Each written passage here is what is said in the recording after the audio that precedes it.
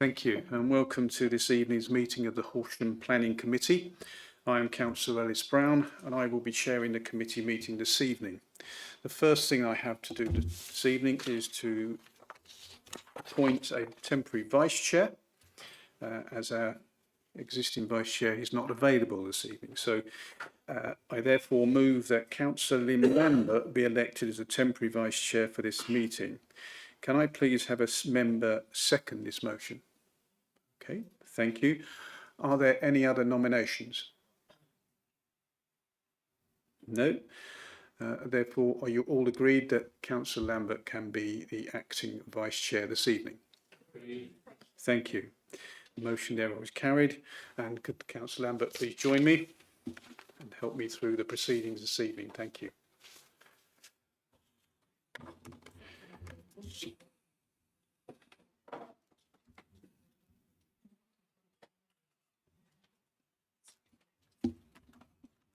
I should just put it down the top.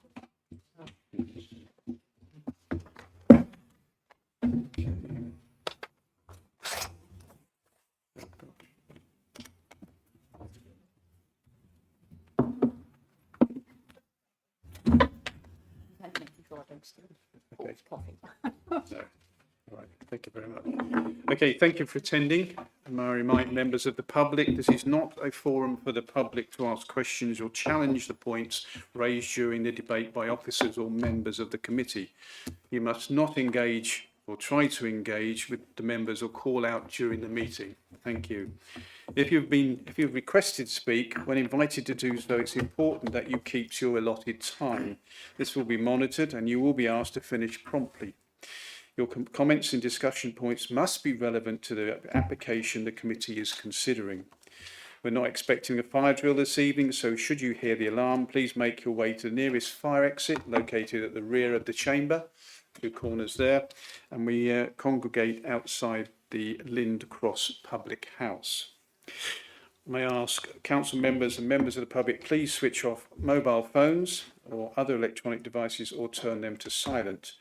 And remember to turn your microphones on before speaking and turn them off when you're finished. Members, when you are voting, make sure your arm is clearly raised so that the officer can accurately capture the votes. I also remind members of the committee you cannot vote on applications within your ward. I would also remind everyone here to please show respect to each other throughout the meeting, most especially as this is being live streamed. Please refrain from any personal comments related to officers and members of the committee. Before we proceed, could the officers here this evening please introduce themselves, starting with the officers on my right. Thank you. Robert Hermitage, Principal Planning Officer. That's Matthew Porter, Planning Officer. Emma Parks, the Head of Development.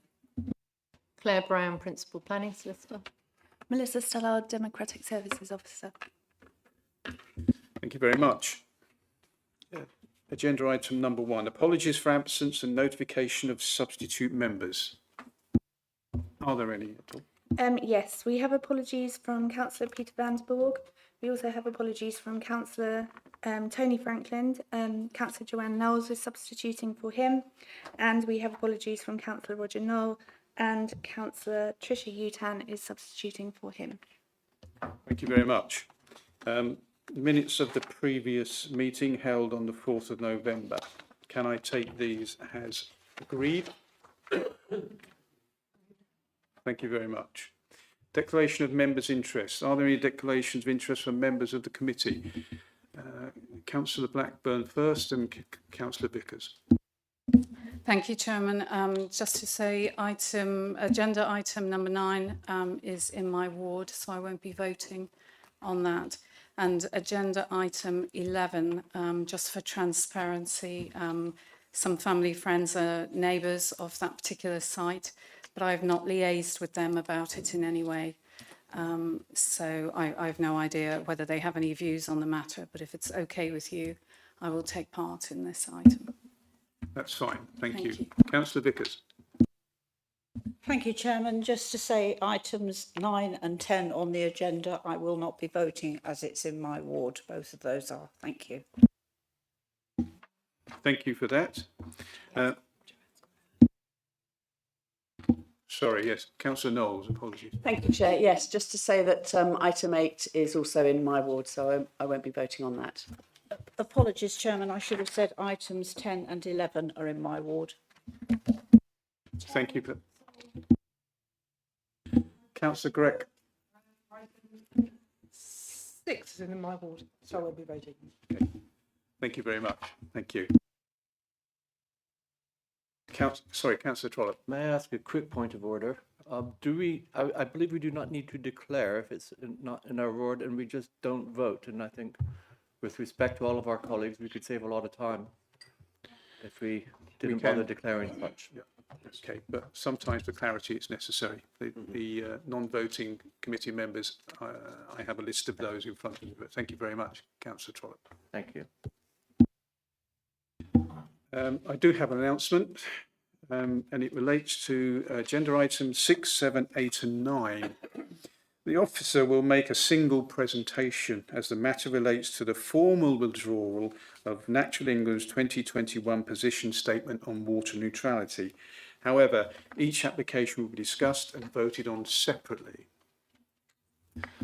Okay, thank you. Appeals, do members have any comments on the appeals? No?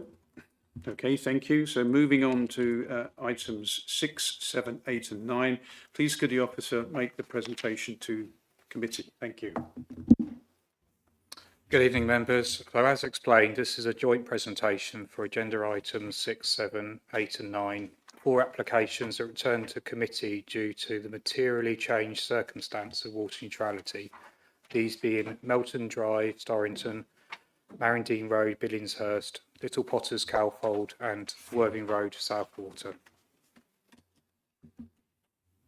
So on the slide is the location of these 4 application sites, and in all 4 cases the applicant is seeking removal of the water neutrality conditions that require the applicant implement and adhere to the approved water neutrality strategy and revert to the water consumption to the council's expectations of 110 litres per person per day. This follows Natural England's agreed position following withdrawal of their position statement, and all 4 development proposals are acceptable to officers for the reasons that include the respective planning balances undertaken and as set out in the committee reports. So all 4 applications are therefore for approval in accordance with the recommendations set out in the committee reports, updated in relation to Melton Drive as the section 106 for that application was completed today. Thank you very much. So let's take a DC 242006, land north of Melton Drive, Storrington, West Sussex first. Does any members have any comments on this? Councillor Clark. Thank you, Chairman. My comment is more of a general comment relating to all 4 of these. In the text, for example, the first one, it says, Natural England's formal withdrawal of the 2021 position statement to water neutrality, etc. But basically, I have seen no proof, I have seen no evidence that in fact that this withdrawal has been backed by the evidence or by fact. Now, I am told, we have heard that this will be presented, that Horsham has to decide finally whether to accept this position or not as a responsible planning authority. But as yet, I don't think any of the members of this committee or myself have seen any evidence that Horsham has backed this position. Perhaps officers could elaborate. Thank you, Councillor Clark. We have seen the evidence or some of the evidence, and we're currently reviewing it at the moment. As set out within the withdrawal statement, the capping of the licence is not expected to take place until March. That's why, as an authority, we've taken a precautionary approach and have not just carte blanche accepted the withdrawal statement. And we are using the Southern Water Savings, which would have been used to launch, formerly known as SNOWS, and we are using that capacity to enable development to come forward. So for Horsham, it's not the case that water neutrality has completely gone away. We're still considering it, officers still assessing it, doing appropriate assessments for applications. and then using the capacity that was going to launch snows, and that is being monitored on a weekly basis in terms of permissions being granted across the water resource zone. So we do need to review that position as things change, as we understand the evidence base, as the licence is capped, and therefore our position might change. But at the moment, we are taking that precautionary approach. I hope that helps, Councillor Clark. My only concern is that we are being a bit premature in this. What you're saying effectively is we can use snows to back us up. So it's not premature, I think is what you're saying. Correct. There's significant capacity within snows, which would go far beyond March if matters aren't resolved by then. So I think we are confident in our position. Thank you. Councillor Vickers, yes. Yes, thank you for that clarification. That's very helpful. Are you suggesting then that Southern Water's licence to extract will be in place in March and therefore things will change then? Well, who knows whether the licence will be in place within March? That's what the withdrawal statement says is the expectation. I think we will have to wait and see as to whether that will formally take place within March. And as Councillor Clark refers to, we still need to be satisfied with the evidence base, the sustainability study that's taken place, which supports Natural England's withdrawal statement, which we've only recently seen sight of. Thank you. Thank you. Councillor Croker. Thank you, Chair. On a related matter, we've all been focusing on what might be called water in. However, part of this change is to potentially increase the amount of water consumed on each of these new dwellings. And that ultimately gets into the foul water system. If you just take the basic 110 litres per day current building regs compared with the 85 or less that I think all these 4 developments had in their water neutrality strategy, that's a 30% increase in foul water outage into the sewerage system. And I've not seen any recalculations on any of these applications, which worries me slightly. And I wondered if there's any way officers could reassure me that we aren't creating a different problem. Thank you.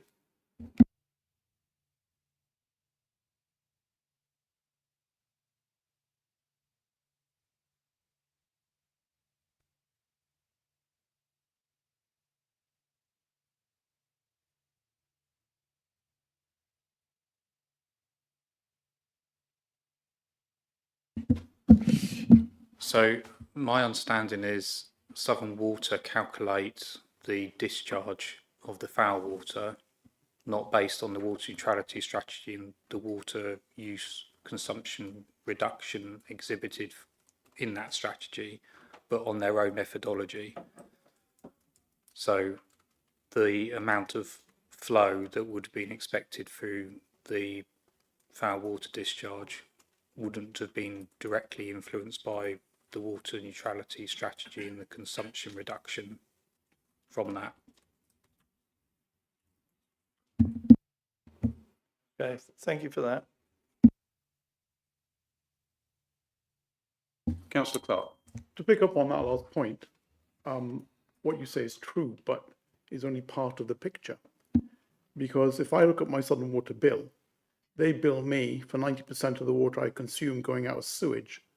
Ipso facto, as if we pass these developments based on the 3.25 megalitres allowance from Southern Water savings, Councillor Croker's position is quite correct. We are still generating more sewage into a system that can't cope with the existing sewage. And that is not being coped with or being addressed in these planning applications. So just to identify on the applications, none of them I understand are subject to a Southern Water objection in terms of inadequate capacity that cannot be addressed by the planning condition that was on the previous committee resolution to approve. So I think there is a safeguard there in terms of the discharge condition to, at the point where that comes into effect, to look at the capacity of the sewerage treatment plants and the infrastructure, because there would be a requirement for the applicant to demonstrate that in the discharge of the condition through details that we will consult Southern Water on at that point.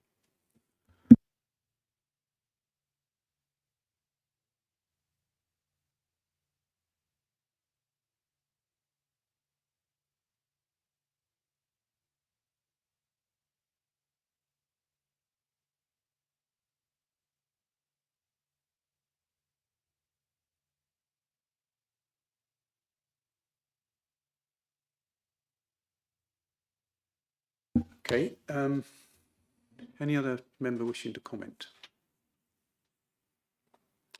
No, therefore I move to vote on this particular application, and note that Councillor Grech, you are unable to vote, and the recommendation is to approve outline planning permission subject to appropriate conditions and the completion of necessary section 106 agreement within 4 months of the decision of this committee, or such longer period as agreed by the Director of Place acting reasonably and properly.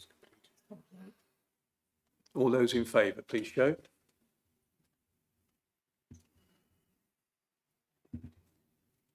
That's unanimous.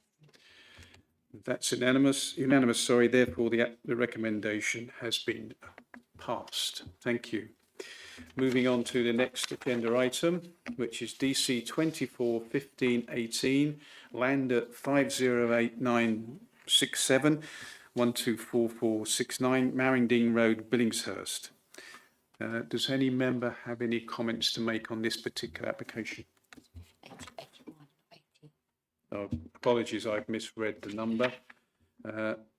It's DC 241581. Still the same land at Marringdean Road, Billingshurst. Does anyone have a comment on this? No? Okay, then we'll go straight to the vote.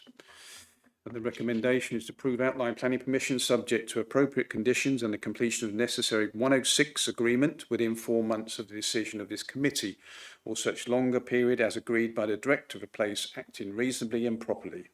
All those in favour, please show. Yep, that's unanimous. Thank you very much. Moving on to agenda item number 8, which is, excuse me, DC 240982, land north of Little Potters, Potters Green Station Road, Calfold. Does any member wish to comment on this particular application? No? Okay, we'll go to the vote. Before doing so, Councillor Lambert and Councillor Knowles, you aren't able to vote. So all those, the recommendation, is to approve full planning permission subject to appropriate conditions and the completion of necessary section 106 agreement within 4 months of the decision of this committee, or such longer period as agreed by the Director of Place acting reasonably and properly. All those in favour, please show.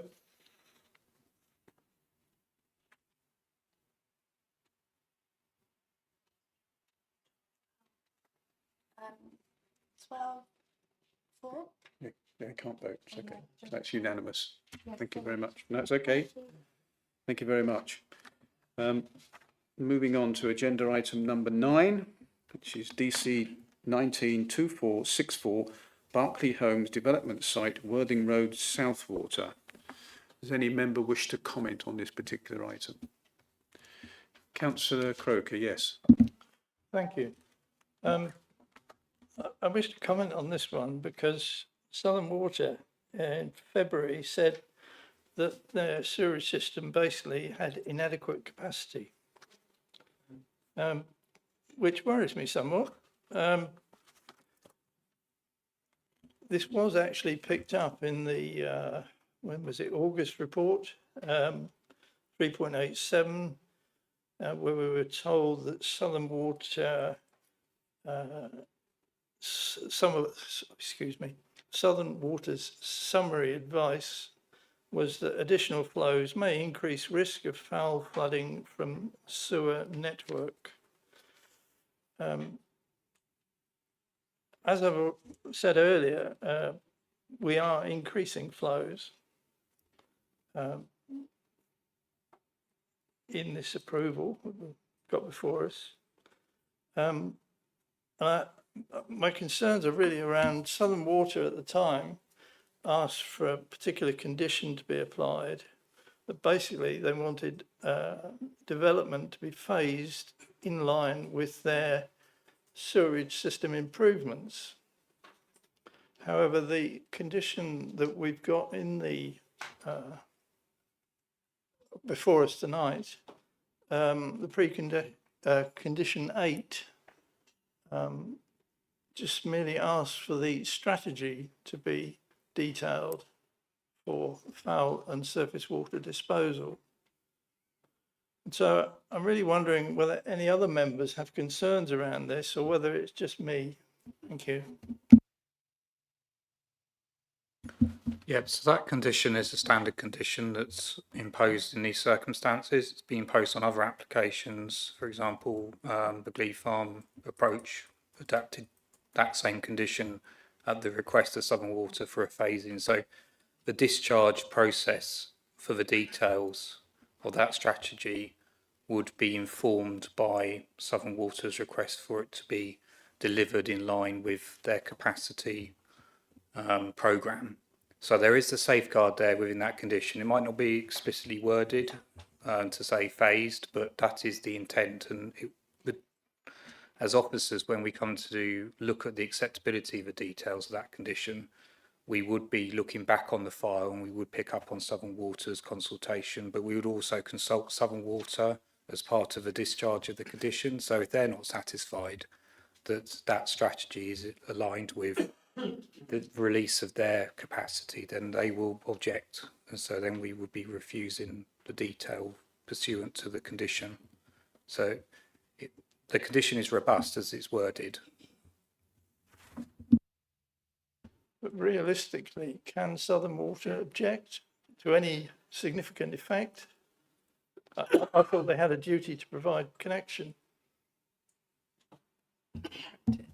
That they do, but because they put in the request for it to be phased, we can attempt to try and secure a phased strategy, because ultimately that's what Southern Water are requesting as part of the nature of the strategy, would be allowing for that aspect.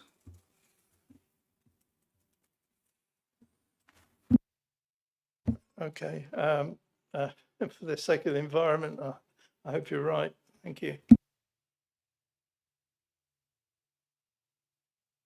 Any councillor wishing to speak on this particular item? Councillor Trollope, yes. Hi, I'm just a bit confused, so I'm just searching for a little bit of clarity.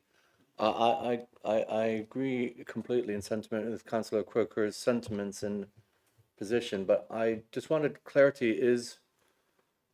Is the ability of the water company to deal with sewage a consideration that we have to think about, or not? Because my memory is serving me pretty sure that we were talking about a year ago about some developments in Polborough that we had to accept, despite our grave reservations about the ability of the sewage to cope. So I'm just a little bit confused and just searching for a bit of clarity. So it is a consideration. That's why we've responded by putting the condition on. That is the safeguard to address the concern in terms of planning process. For this particular site, because obviously committee have just resolved to approve 3 of the 4, this 4th last application, it is an allocated site. So we're going right back to where the local plan set a quantum of development within an infrastructure capacity. So this isn't new development, it's not speculative, it is an allocation. So Southern Water would have had to factor that into their programme of infrastructure. So it is slightly different to were certainly the other two schemes A and B, which have just been resolved to approve again. And hopefully that's some comfort to members that this is a site which has had a quantum of allocation and therefore an infrastructure pressure which has already been built into the local plan and the infrastructure delivery plans which came alongside that. Okay, and so with that, just to be clear, there will be a phased approach for this. So I need. Well, that's the request made by Southern Water. So as officers, we will be expecting the strategy to be informed Is that by that something approach. Is that something we can condition to ensure? But we that have happens? conditioned it. Sorry, okay, I'm with the program now. Thank you. Thank you. Any other member wishing to comment on this particular application? Okay, therefore, the recommendation is to approve planning permissions subject to appropriate conditions and the completion of necessary section 106 agreement within 4 months of the decision of this committee or such longer period as agreed by the director of place acting reasonably and properly. And Councillor Blackburn, you're unable to vote. All those in favour, please show.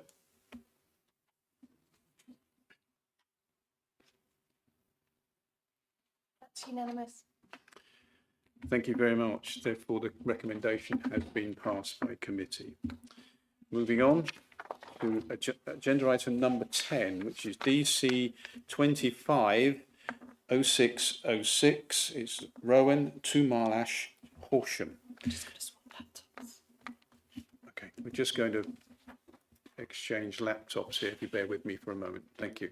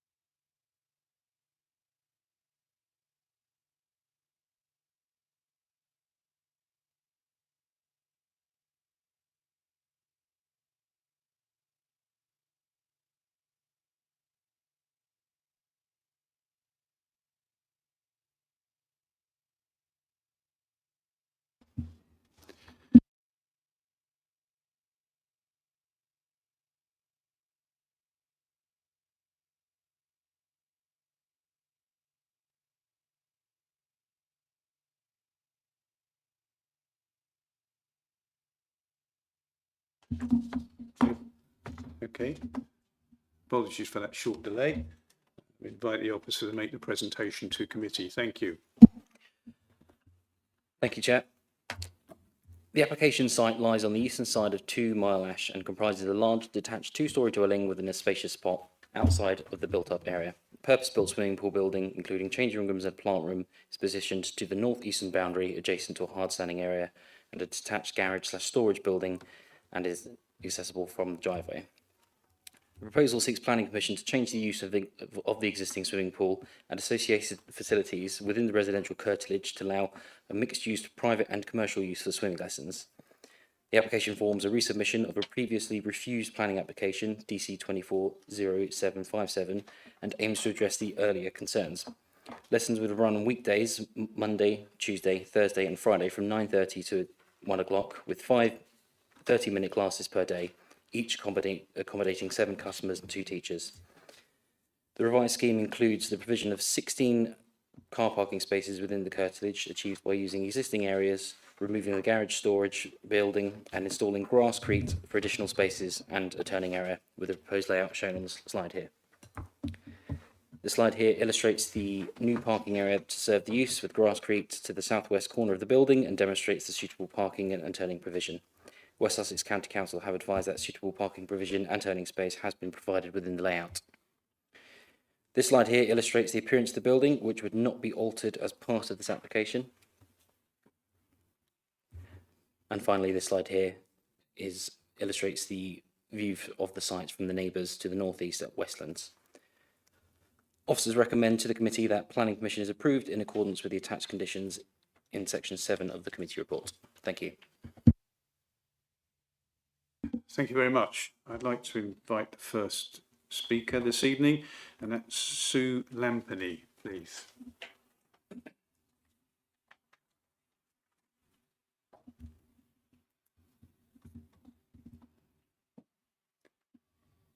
And you have 3 minutes. Thank you. I live at Westlands, which is one of 4 semis and is immediately adjacent to Rowan. Our gardens are long and thin, about 25 feet wide. I object to the change of use due to loss of privacy, engine noise, and the health hazard of car exhaust entering our garden and house. Customers using the pool would enter Rowan's driveway, turn left and go through a gate. They would enter a concrete track which follows the length of our garden and is used to access telegraph poles for maintenance. The track is several feet from our garden at its entrance and shortly becomes 1 foot away for the remaining border length, which is an old hedge and chicken wire fence. The site plan shows a building on our property that was removed 8 years ago and now is a patio area near our kitchen door where we eat and entertain, regularly hang out, wash, and bird watch. Cars would inevitably queue to leave the gate outside our kitchen and patio. Not only would we lose the use of our patio 4 mornings and lunch times a week, but would need to close our door and back windows to prevent car exhaust from entering our house. 37 cars driving back and forth a day, 4 days a week, 52 weeks a year, adds up to more than 15,000 cars past our kitchen door a year. I am asthmatic. This year's application is significantly different from last year's in that the parking lot would not be at the end, but would be along the length of our garden. The brick storage building in front of the pool house was removed in early August, making room for 7 to 8 cars to park. This means that not only would we be subject to engine noise, disturbance, and car exhaust from 37 cars driving up and down the garden daily, but also from cars parking right next to us. The entrance to the pool house is on our side, so we will have loss of privacy from customers entering and leaving the pool. Both applications state that landscaping and fencing protect the current and future owners from loss of amenity, which is true. Surely the neighbors should have the same rights as the applicant, and we should not lose the amenities of our gardens 4 half-days a week. The applicant sent in photos to the portal to make it appear that Woodcote is their closest neighbor, and they sent in a Google map with their curtilage boundary to include our house and entire garden. These make it appear that their nearest neighbor is 26 feet, not 1 foot away from the track and car park. The planning department states that although we are in a rural location, other private pools operate commercial swimming lessons. These venues have large car parks adjacent to roads, immediate access to their pools, and no impact on neighboring gardens. We have lived at Westlands for 38 years and assumed we and our neighbors would continue retirement in a quiet rural location. HTPF Policy 33 states that change of use should not cause significant impacts on neighbors. We will lose the use of our garden 4 half-days a week and need to close our back door and windows as more than 15,000 cars per year pass by our kitchen. Thank you. Thank you very much.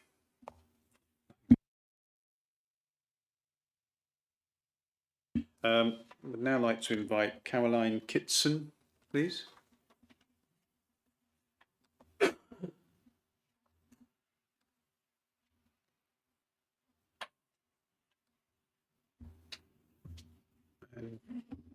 And you two have 3 minutes. Thank you.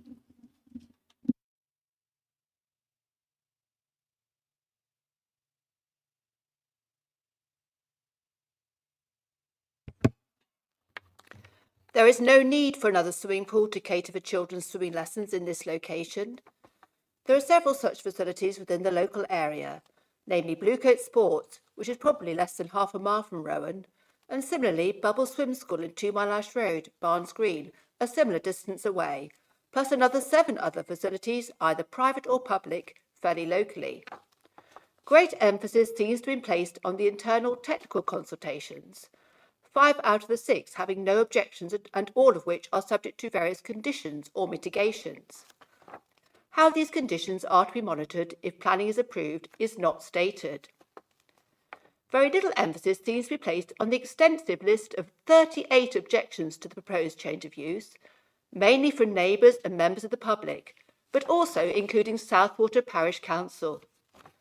A point in case being that officers consider that the proposal would not be contrary to the provisions of the Human Rights Act, Article 1, which sets out a person's rights to the peaceful enjoyment of property, and Article 8, which sets out their rights to private and family life and for the home.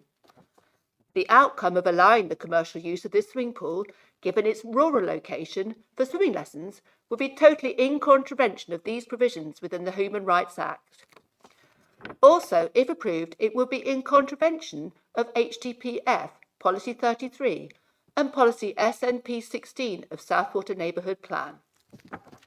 The new plan for the car park, whilst removing it from the paddock, will in fact result in the same number of vehicles being parked in a more compact area closer to Westlands, resulting in an unacceptable level of noise, general disturbance, pollution and loss of privacy, impacting on the health and well-being of the residents.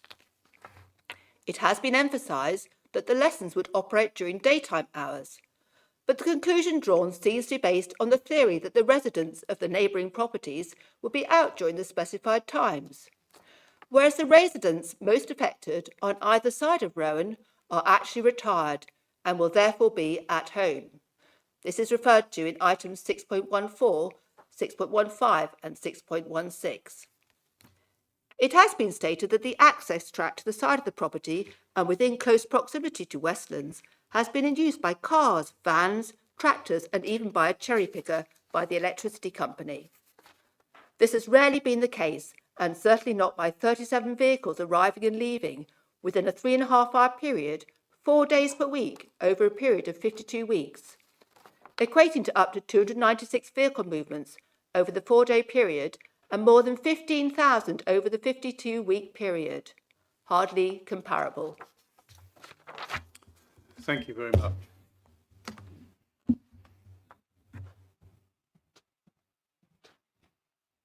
I'd now like to invite Martin Haywood, please, to speak.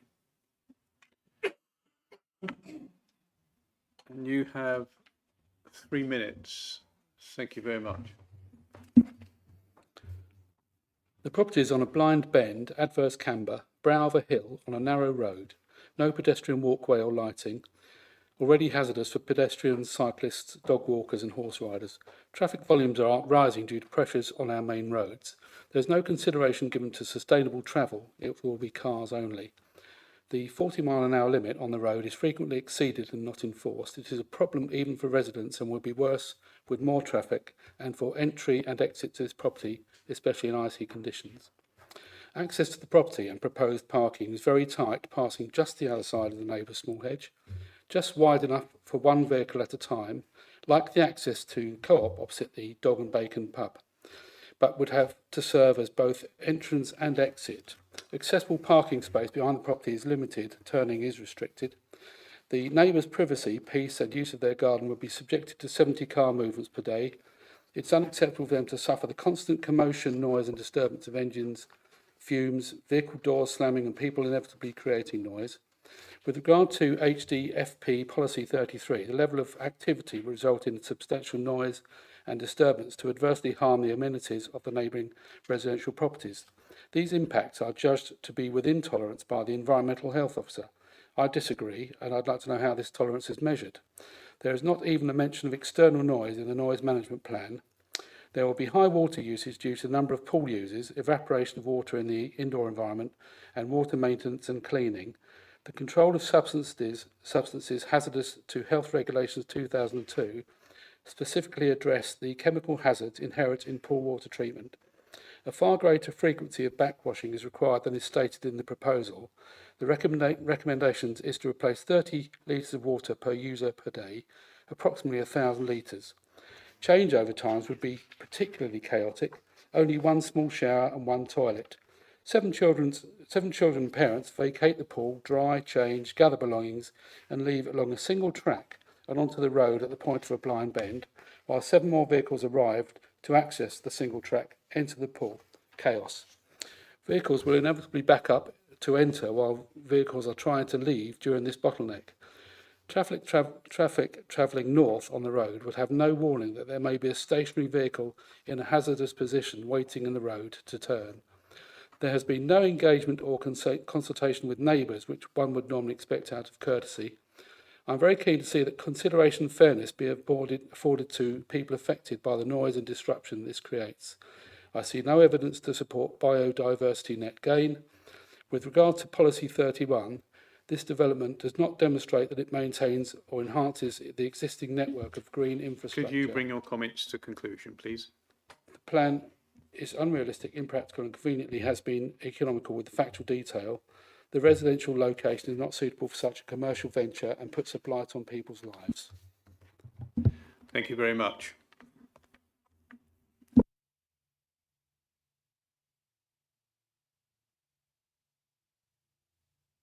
Now invite Uzan Denizer.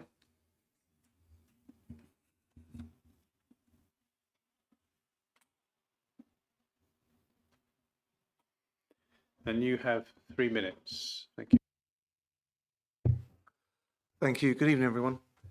This proposal seeks for the mixed private and commercial use of an existing swimming pool. No physical alterations are proposed, and all of the main activities would take place within the existing enclosed pool. It is highlighted that the previous reasons for refusal have now been comprehensively addressed. Parking is now entirely contained within the existing parking and hard standing areas and around the pool building, using an existing access and a small area of grasscrete, with no detrimental impact on the surrounding character. The officer's report confirms that the revised arrangements avoids the formalisation previously cited and preserves the rural character of the site. The proposals are also do provide measurable biodiversity net gain. It is important to emphasise that the pool use is currently unrestricted. Currently, the pool, as well as the side access and existing parking and hard standing areas, can be used by any number of private visitors at any time of the day, 7 days a week, without any limit on the frequency, intensity, or associated vehicle movements. In contrast, this application introduces a more formalised and controlled pattern of use. Only 4 mornings a week, with a set number of classes, pre-booked attendees, and strict operating hours. Far from intensifying the site in an uncontrolled manner, the proposal actually formalises the limits of what could be far more an impactful private use. The proposals have been carefully considered to ensure that any effects on neighbouring occupiers remain well within acceptable limits, and the submitted noise management plan has been accepted by Environmental Health. As the pool building is enclosed, and given that operating hours are limited to weekday mornings only, any associated activity is modest and happens entirely within daylight hours. The structured class timetable, staggered arrivals, and the applicant's decision not to allow customers to use the shower facilities further reduces dwell time on site. When compared with the lawful, unrestricted private use of the pool, the proposed commercial use would have minimal additional impact, and in practice is likely to generate less sporadic disturbance than unrestricted family or guest use. Furthermore, West Sussex have raised no objection and conclude that the level of traffic generated can be accommodated safely with appropriate parking where vehicles can also exit in forward gear. Overall, this is a small-scale, well-contained activity consistent with Policy 10's support of rural enterprises that are proportionate, low impact and provide recreational benefit. The proposal fully addresses the previous reasons for refusal and is supported by the technical consultees. Given the limits and measures proposed and the fact that the existing private pool can lawfully operate far more intensively than is being proposed today, the application represents a balanced and acceptable use of the site. We would therefore respectfully ask members to grant planning permission in line with the officer's clear recommendation. Thank you. Thank you very much.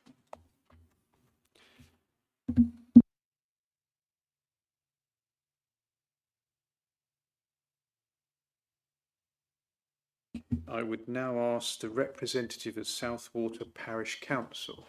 Unfortunately, I don't have your name, so apologies. But you have 5 minutes.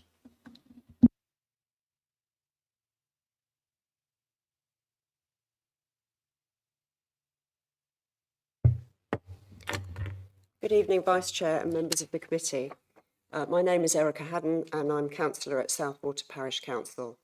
And I'm here today to speak on behalf of the Parish Council regarding planning application DC 250606, which seeks to change the use of the existing swimming pool at Rowan, 2 Mile Ash, Horsham, to allow mixed private and commercial use. While the planning report recommends approval and cites other similar facilities nearby, we must stress that none of these sites have direct residential neighbours. Their operations do not impact adjacent properties in the way this proposal would. Therefore, they should not be considered valid comparisons when assessing the suitability of this application. In contrast, the Rowan site is immediately adjacent to the property known as Westlands. The proposed relocation of the parking area closer to the boundary will result in a significant increase in noise and pollution, directly affecting the residents' ability to enjoy their garden and outdoor space. This change involves demolishing 2 existing buildings and replacing them with a parking area that will see 37 cars per day, 4 days a week. With each vehicle taking 2 journeys along the single track, this will equal 284 uses of the track each week. This directly contravenes policy SNP 16 of the Neighbourhood Plan, which requires development to protect the amenity of neighbouring properties. The site's single track is wholly inadequate for the proposed traffic increase of 74 journeys per day. This volume of traffic will cause queuing, congestion and disruption, further compounding the negative impact on the neighbouring residents. This is in clear conflict with policy SNP 4, which supports development only where it does not result in unacceptable traffic impacts, and HDPF policy 40, which requires sustainable and appropriate transport infrastructure. It's also important to point out that the site location image provided in the application is inaccurate, showing the boundary as being on the neighbouring property. This misrepresentation raises concerns about the reliability of the application and its consideration of neighbouring impacts. Additional feedback from neighbours has also expressed concerns about water usage and parking, especially given the relocation of parking to the boundary of their property. These concerns reflect the broader issue of residential amenity, which is protected under HDPF policy 33, which requires the development does not cause unacceptable harm through noise, disturbance or traffic. Furthermore, the proximity of the new parking area to Westlands introduces noise and air pollution, contrary to HDPF policy 24 on environmental protection. These are not minor inconveniences. They are material considerations that affect the quality of life and amenity of local residents. In light of these issues, noise, pollution, traffic disruption, and the impact on neighbouring properties, we believe this application is not in keeping with the principles of sustainable and considerate development. It fails to adequately address the concerns of the community and does not conform to the Southwater Neighbourhood Plan or the Horsham District Planning Framework. It should also not be approved based on comparison with facilities that do not share the same constraints. Therefore, we respectfully urge the committee to refuse this application. Thank you. Thank you very much. I now invite the officers to respond to points raised during the public speaking. Thank you, Chairman. My colleague will come back on some of the detailed points, but I just wanted to remind members that this is a resubmission. There was a previous refusal on the site, and that reason for refusal and the reasons within it carry significant weight in decision making. There is a need, obviously, for consistency in decision making as a council, and therefore I just want to go through the previous reasons for refusal quickly. So the first reason for refusal was in relation to the proposed half servicing would result in the formalisation of the countryside setting. and if you read the officer report, this was in relation to parking previously being proposed in the paddock area, shown as BNG area on the slide there. And that was the reason for refusal, because parking was proposed within a paddock in non-residential land, and that was that reason for refusal. The second reason for refusal, oh, Rob, you'll have to put your password in. The second reason for refusal related to ecology matters, because that hadn't been sufficiently demonstrated. And obviously we do have information as part of this application, which officers consider address that matter. And the third reason for refusal related to water neutrality. And obviously we're in a slightly different position now, and that no longer causes a reason for refusal because we can use the water through stoves. So obviously the key matter really for members is, have those reasons for refusal been addressed or not?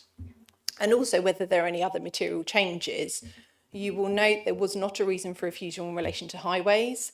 There was not a reason for refusal in relation to amenity impact on the neighbours. The same access point was used. The traffic would have gone along the driveway to the parking area to the rear in that previous scheme. However, it is noted it is a different parking arrangement here, which obviously, as you can see on here, is between the boundary of Rowan and Westland, and members will need to consider that material change in the application. So obviously, I just wanted to explain, I hope that's helpful in terms of those reasons for refusal and whether they've been addressed or not is a significant material consideration for you. My colleague will now comment on some of the details. Thank you. Thank you, Emma. Yeah, just to come back on a few points. It's been raised quite a few times tonight about other nearby facilities. I think it's important for members to bear in mind that obviously the applicant has a right to submit a planning application and for us to consider that against our local plan policies and also the framework as a whole, which obviously we have considered and we do consider it acceptable on those grounds. As Emma has mentioned about the car parking situation, I'm just going to draw it here. So this was roughly the area where the parking area was on the previous application. So yeah, the cars still would have had to have travelled down this road to have got to that area. In relation to highway safety in general, West Sussex County Council have raised no objection on those grounds. This is set out in section 6.18 of the report. It is an existing access, so it is in use. And as West Sussex have said, there would not be a severe cumulative impact, contrary to the NPPF, which does set a very high bar in terms of having to refuse something on those grounds. In terms of noise management and no recognition of outside use, our environmental health officers have obviously read the report and have considered that. I think it's important to bear in mind that any external noise from cars or car door slamming, etc., would be brief, and whilst there may be a perceived increase in noise and harm from that, it wouldn't well, of the view that it's not severe enough to warrant refusal on those grounds. And finally, just in terms of biodiversity net gain, we have attached the statutory BNG informative, which is the note to applicant just under condition 10, and that will effectively, if members are to vote the application for approval today, it will be down to the applicant to then demonstrate how biodiversity net gain would be achieved post approval being granted. Thank you. Now I invite committee members who wish to comment on this particular application to speak. Okay. Okay, I'll come to Councillor Vickers, then Councillor Croker. Councillor Vickers. Thank you, Chairman. Just for clarification, the previous application never came to the Planning Committee. It was refused under delegation, so we never had the opportunity to consider the amenity impact on the neighbours. Also, the previous application was, as I can see from the report that was removed from the committee on the 7th of October, the hours on that was 09:30 to 1300. But if you look at page 300, regulatory condition 7 in this report, the hours of operation are 0900 to 13:30. So there's an extra hour's use on those 4 mornings a week.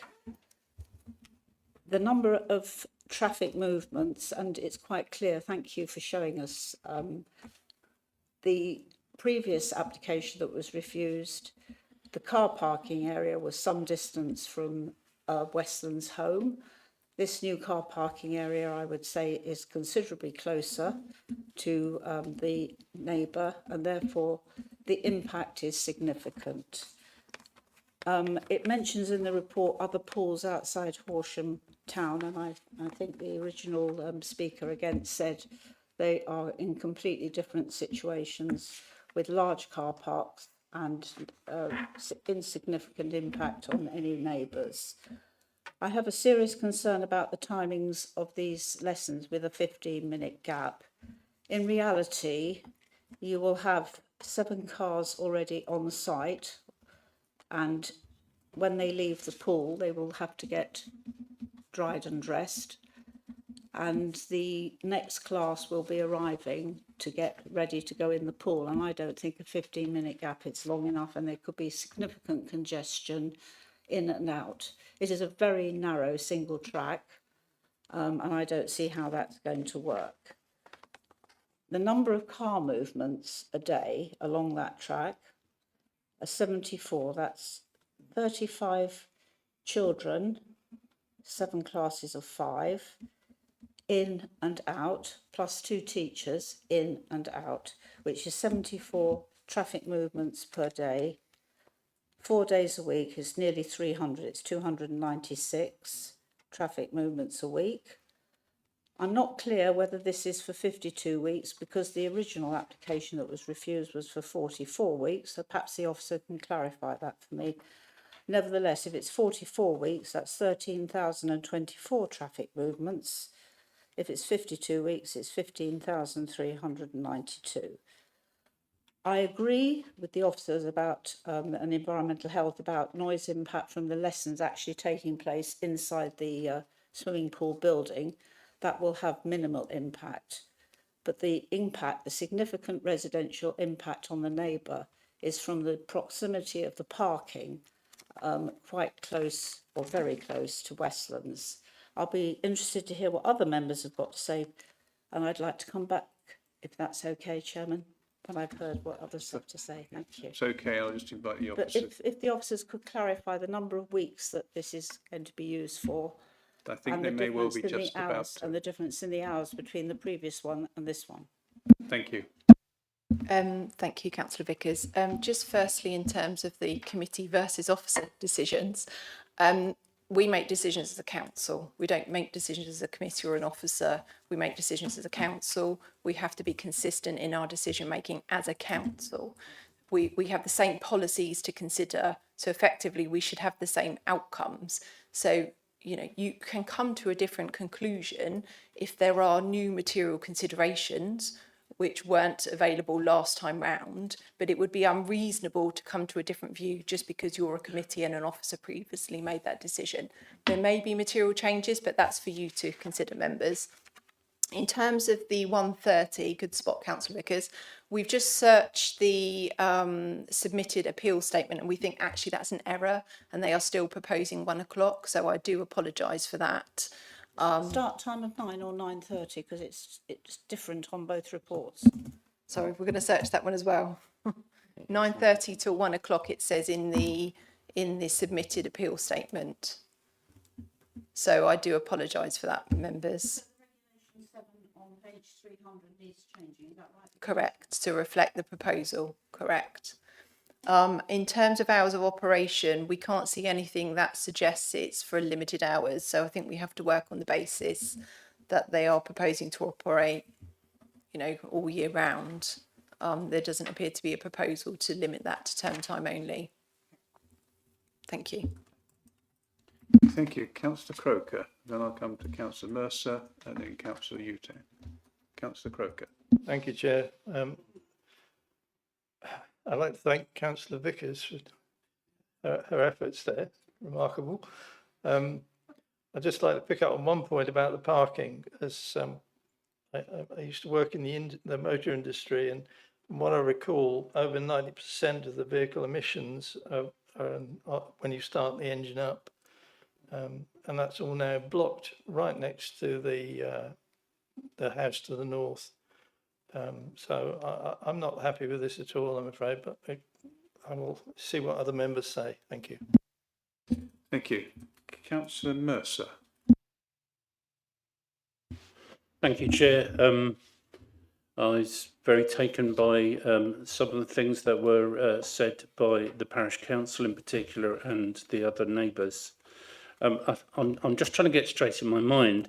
Clearly, County Highways comment on the public highway issues in relation to traffic caused by this facility, but that's not the same as the issues caused by that traffic on the private land of the site. And I think what we're hearing from everybody actually is that this is about the traffic on the private land of the site. I appreciate there are other concerns about the public highway, but I hear what you say about that. The material issue, apart from the previous concerns, is that the car parking has moved much closer to the neighbours. The issue of pollution is raised in the report and it's not actually resolved. I can't see any comment about it. So this comment from Councillor Croker about start-up emissions is very relevant because there's no information that I can see in there about this. And in terms of the amenity factor of this private traffic passing directly close to the fence, which is very close to the house of the neighbours, I think is a very significant impact. So I'm very concerned about this application.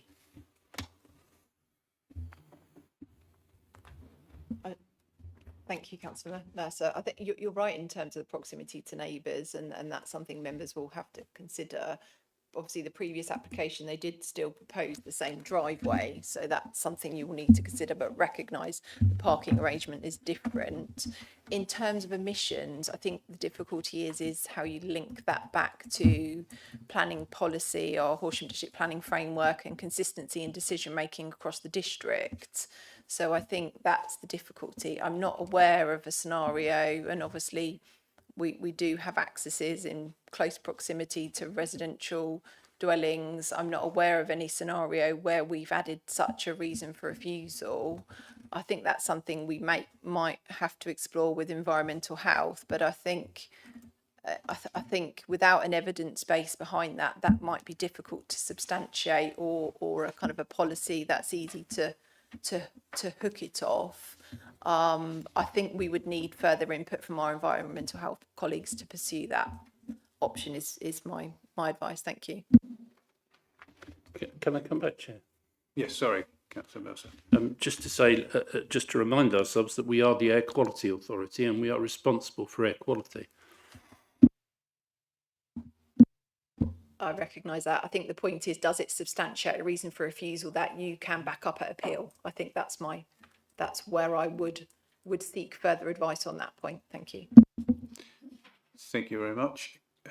Councillor Utan, then I come to you, Councillor Knowles. Yes, thank you, Chairman. Officers always emphasise that there should be consistency in planning decisions.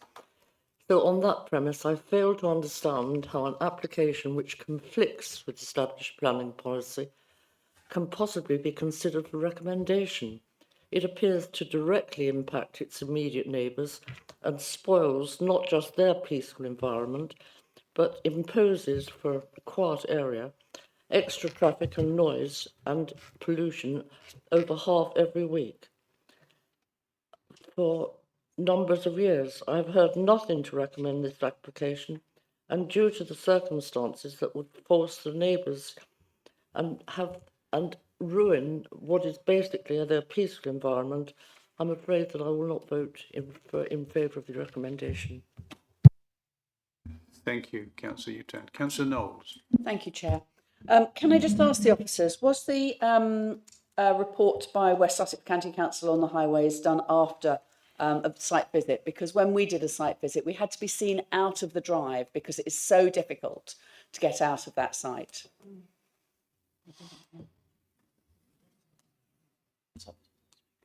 Yeah, well, we don't know whether the Highway Authority visited the site or not, but their assessment was done before members visited the site. I'm not quite sure what your question was, but hopefully that Well, it answers. was to ask whether they had, because the access felt very dangerous when I was trying to reverse out into the road.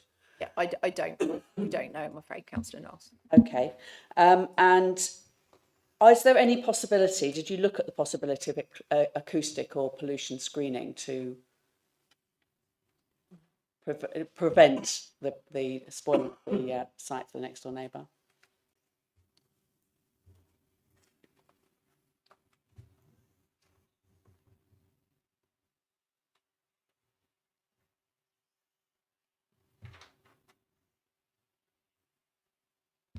I think the difficulty is in terms of the existing vegetation along the boundary, and if you put an acoustic fence up, would you therefore have to remove that? So I think that's... It could come inside of the hedge. The hedge could be left for the neighbours.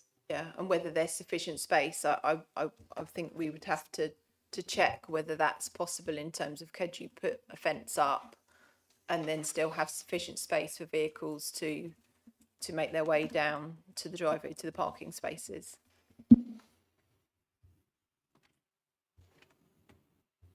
Thank you.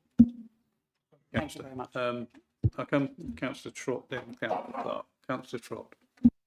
Thanks, Chair. Just one issue for my own clarification.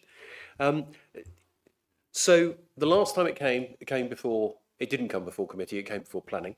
It was rejected on the 3 grounds that we've been over, and therefore other considerations were deemed to be okay. So I understand that we can't genuinely reject, or we can't, in theory, reject anything that was deemed okay in the last application.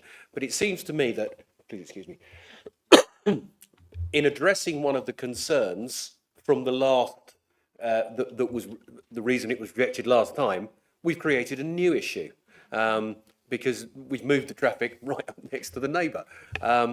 So I would, in my view, I think that would deem to be a significant impact on the neighbours, which wasn't a significant impact on the neighbours during the initial application. Thank you. Thank you. Councillor Clark, yes, thank you. Thank you. Well, the previous speaker covered one of my points very well, actually. So we've identified a material difference in the change of the parking. We want to be consistent in decision making, but at the end of the day, despite the fact we look at the same facts, there's always an element of interpretation and a personal view about things, which is a balance. So sometimes we do come up with different answers to the officers, for what it's worth. Question for officers is, when does the private use of a facility cross over into the domain where enforcement is necessary? Because effectively what we've heard is a threat that if we don't agree to this, we're opening the way to unlimited use and basically people going in there anytime, any place, anywhere, which in fact is an implied threat. Maybe you can clarify that. The existing use of the building for commercial purposes is a breach of planning control.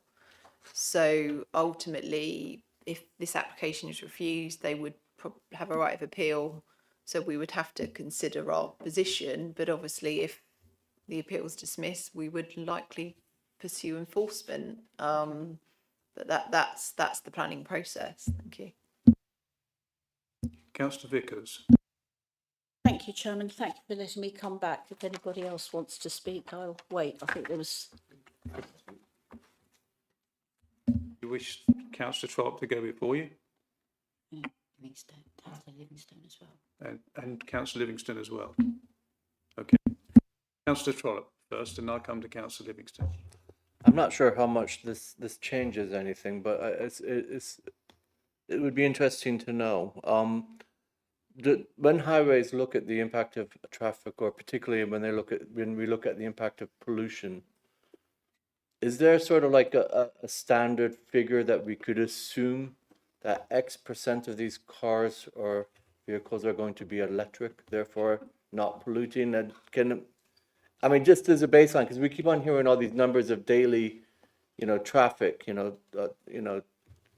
or yearly traffic counts. I mean, I just to give the full picture, I want to know how much of the, I mean, not everybody drives a Mazda Bongo from 1998, which is horribly polluting versus, so I don't know what the real, I am concerned about the impact of pollution on the neighbors, but I'm not sure what it actually is and whether or not it's actually as bad as is being made out to be by some of my colleagues.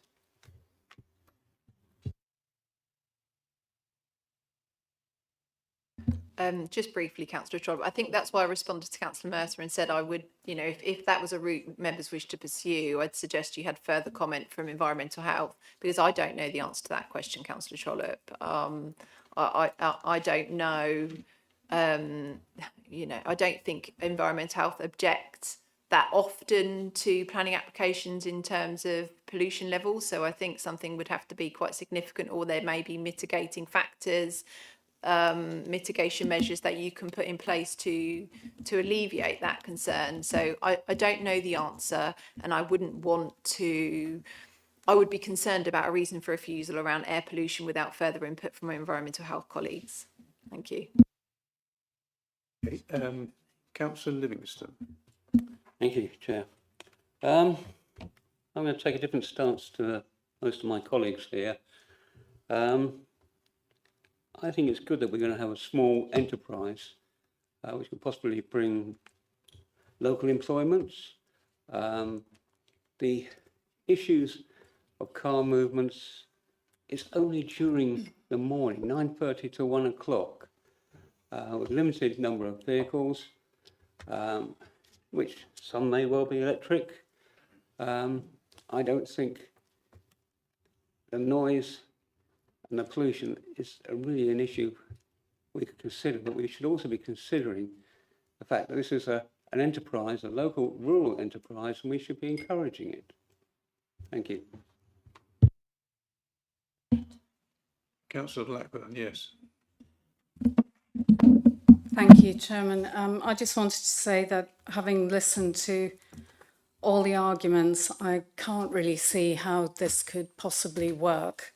A 15-minute turnaround for all of these cars down that very small lane doesn't seem to me to be particularly safe, nor sensible, actually. Thank you, Chairman. Thank you. Councillor Vickers. Thank you, Chairman. Thank you to all those members who've taken part in this debate. I've listened very carefully. Quite clearly, there is a difference between this application and the one that was refused previously, in that the car parking arrangement is completely different and is much closer to the neighbour. On that basis, Chairman, I would like to propose, and I don't have a vote, that we refuse this application on the impact on the amenity of the adjoining neighbour in conflict with policy 33 of the HTPF, also on policy 16 of the South Water Neighbourhood Plan. If there's any other suggested reasons for refusal, I'd be happy to use them, but I think the impact is so significant. 15,000 plus traffic movements in that location per year is totally unacceptable, in my opinion. Thank you. Thank you. Do you want to wait for the motion to be forwarded? Seconded. Okay. Do I have a seconder for that motion? Okay.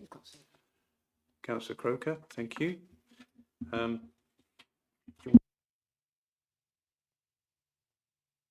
Wow, it's just, could you just read out your reason for refusal again, your motion, Councillor Vickers, so we can make sure we've captured it? Thank you. The reason for refusal is unacceptable impact on the adjoining neighbour at Westlands under policy, what did I say, was it? 33 of the HDPF and policy 16 of the Horsham, the South Water Neighbourhood Plan.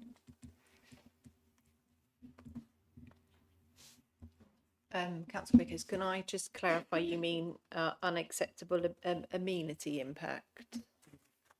Yes. Thank you. Is everybody clear on that motion? Yes? Okay, we go for the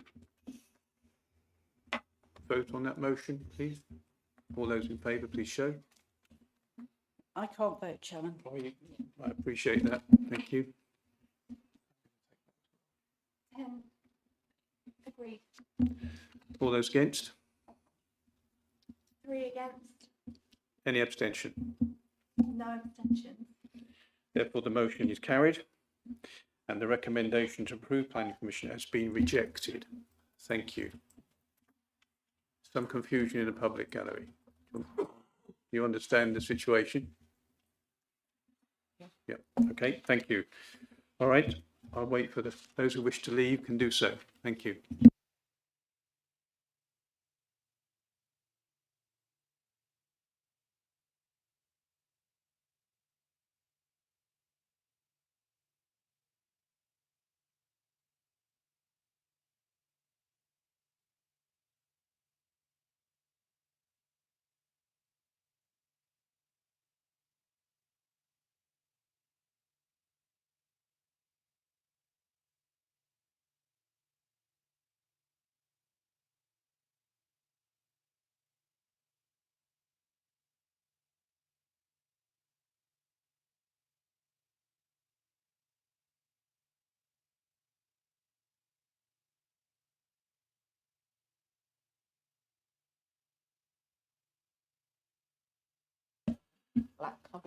Okay, thank you. We'll now move on to item 11 on the agenda, which is DC 251494 Beckley Stud, Reeds Lane, Southwater. And could the officer make a presentation to committee? Thank you. Thank you, Chair. The application relates to a mixed-use equestrian, residential and commercial site located at the corner of Colstable Lane and Reeds Lane. The wider site includes storage buildings, stables and other equestrian-related development. The host dwelling and outbuilding subject to this application are positioned within the residential curtilage of the dwelling, surrounded by garden to the south and west. Planning permission is sought for the retention of an existing single-storey flat-roofed outbuilding with a maximum ridge height of 2.5 metres for incidental storage. The outbuilding is located directly adjacent to the existing dwelling house at Beckley Stud on an area of hard standing shown here on the plan within the red line. The scale and layout of the proposed outbuilding is illustrated on the slide here, but probably better shown on the photographs on the slide here. Officers recommend to the committee that planning permission is approved in accordance with the attached conditions in section 7 of the committee report. Thank you. Thank you very much. We have no public speakers on this particular item. Therefore, I move to discussion and debate by the committee. Councillor Vickers. Thank you, Chairman. I noticed Southwater Parish Council raised no objection on this, and I understand entirely why. Is there any possibility to protect those trees that have been planted behind the building? In which case, if there is, then I'd be happy to support the recommendation. I'm just disappointed that all the applications we seem to have on this site are retrospective. Thank you. They're not within the red line of the application, and they're not directly related to the proposal. So I think 1, you can't, 2, it would be unreasonable even if they were in the red edge. Thank you. Thank you. Any other member wishing to speak on this application? No, therefore I will go to the vote. The recommendation is to approve planning permission subject to appropriate conditions. All those, before I do so, Councillor Vickers, you can't vote, yes. All those in favour, please show. That's unanimous. Therefore, the recommendation is carried. Moving on to item 12, which is urgent business. I don't have any, you'll be pleased to know. Finally, I'd like to thank the Vice Chair for their support this evening, the officers for their presentation and guidance throughout the committee meeting, and the members for your contribution, and wish you all a safe journey home. And at 18:50, I bring the meeting of the Planning Committee to a close. Thank you very much.